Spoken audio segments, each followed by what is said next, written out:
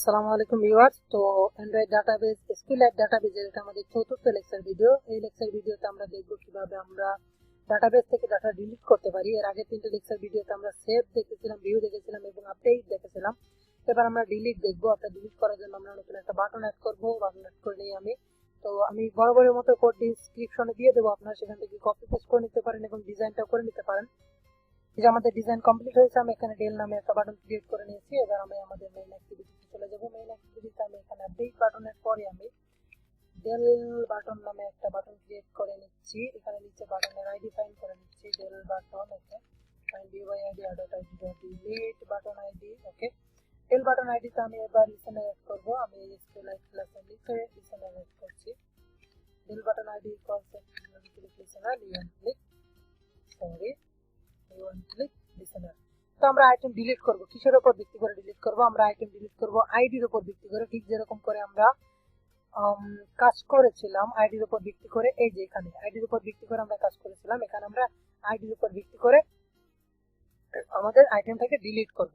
তো আমি এই লাইনটা কপি করে নিচ্ছি, কারণ আমার কাজে লাগবে এই লাইনটা। আমি এখানে স্ট্রিং মাই ডেল আইডি দিয়ে দিচ্ছি, মাই ডেল আইডি। ওকে, মাই ডেল আইডি দিলাম। এখন এই আইডির উপর ভিত্তি করে আমি ডিলিট করব।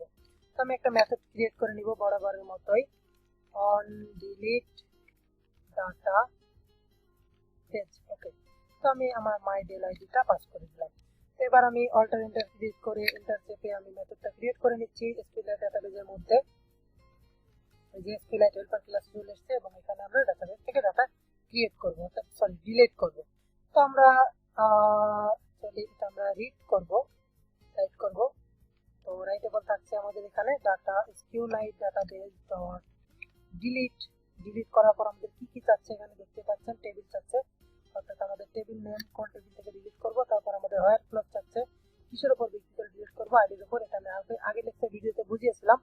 এই যে আইডির উপর ভিত্তি করে আমরা ডিলিট করব। তারপর আমাদের কি চাচ্ছে দেখা যাক, এই যে স্ট্রিং চাচ্ছে।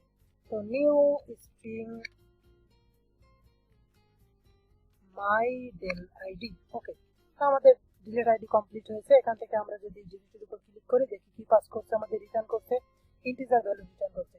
এর আগে আমি বুলিয়ানের মতো করে ট্রু ফলস করে দেখিয়েছিলাম কিভাবে কাজ করে এটা। তো এবার আপনাদের আমি ইন্টিজার করেই দেখাবো, যাতে করে আপনারা বুঝতে পারেন দুইটার মধ্যে পার্থক্য। Integer delete result. ওকে, তারপর আমি এখান থেকে রিটার্ন করে দেব ডিলিট রেজাল্ট। তো আমি ভয়েডটাকে সরিয়ে দিচ্ছি, কারণ ভয়েড মানে তো কিছু রিটার্ন করবে না, ইন্টিজার ভ্যালু রিটার্ন করবে, স্ট্রিং ভ্যালু রিটার্ন করবে।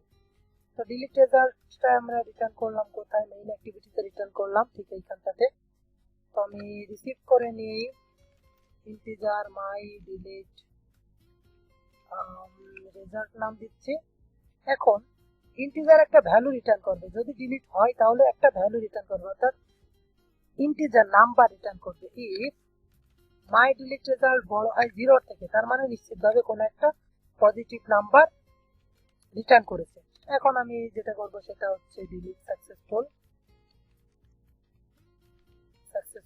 এবং এলস দিয়ে দিব কান্ট ডিলিট, বরাবরের মতোই ক্যানট ডিলিট। ওকে, এবার আমরা আমাদের কোড রান করতে পারি, কারণ আমরা সবকিছু কমপ্লিট করেছি। কম্পিউটারটা রিয়েল দিয়ে আমি সবকিছু সাজিয়ে নিচ্ছি।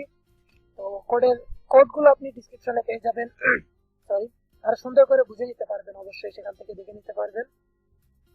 এই যে আমাদের কোড সাকসেসফুলি রান হয়েছে, কিন্তু ডিলিট বাটন ওখানে চলে গেল কেন? আচ্ছা, ডিলিট বাটন আমি কেন ওখানে গেল? আচ্ছা, উপরের দিকটা আমি কনস্ট্যান্ট করি নাই, উপরের দিকটা আমি কনস্ট্যান্ট করে দিচ্ছি এই যে নিচেরটার সাথে, আর মার্জিন দিয়ে দিই উপরের দিক থেকে 16 ডিগ্রি। এইবার ঠিক আছে। এই যে আমাদের কোড রান হচ্ছে, এখনো শো করেনি রান হয়ে, এই যে আমাদের শো করছে, ডিলিট বাটনটাও এখানেই চলে এসেছে। তো আমি এটা সরিয়ে নিচ্ছি, কেননা আমাদের এটা প্রয়োজন নাই। আমি ভিউ করে ডাটাগুলো ভিউ করে নিচ্ছি।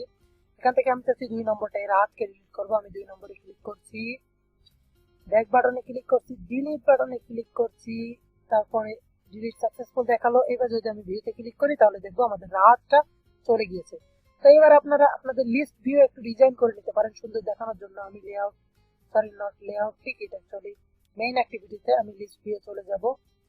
এই যে লিস্ট ভিউ, কোথায় লিস্ট ভিউ? এই যে লিস্ট ভিউ, তো আমি লিস্ট ভিউ এ ডিভাইডার দিয়ে নিচ্ছি, ডিভাইডার, কালার অ্যাকসেন্ট, ব্যাকগ্রাউন্ড, আমি SF22 কালারটা সরিয়ে দিব অবশ্যই আমি, কেননা ডিভাইডারের সাথে ম্যাচিং করে এটা একেবারে সুন্দর দেখাবে না। তারপরে আমি টেক্সট সাইজ গুলা কালো কালোই থাক, আমি তারপরে এবার আমি রান করতে পারি আমার প্রজেক্ট। তো আপনারা এই বাটনে চেঞ্জ করে নিতে পারেন কালার গুলো। এই পরবর্তীতে কোনো লেকচার ভিডিওতে আমি দেখিয়ে দেওয়ার চেষ্টা করব যে কিভাবে ম্যাচিং করতে হয়, অর্থাৎ ইউজার নেম পাসওয়ার্ডকে আমরা ডাটাবেসের সাথে ম্যাচিং করে নিতে পারি। তো এটা আমাদের ব্যাক পেজ হয়েছে। ভিউ যদি ক্লিক করি তাহলে আচ্ছা ডিভাইডার হাইট দিই নাই, ডিভাইডার হাইট আমরা 2DP দিয়ে নিলাম। এবার আমি রান করি, এই যে আমাদের কোড রান হচ্ছে। এই যে আমরা ভিউতে ক্লিক করলাম, এইবার আশা করি ডিভাইডার হাইট সহ চলে আসবে। এই যে আমাদের সুন্দর একটা লিস্ট ভিউ। তো আমাদের ডাটাবেস নিয়ে লেকচার ভিডিও আপাতত এখানেই শেষ করছি আমি। দেখা হবে পরবর্তীতে অন্য কোনো লেকচার ভিডিও নিয়ে। ততক্ষণ পর্যন্ত ভালো থাকুন, সুস্থ থাকুন, আল্লাহ হাফেজ।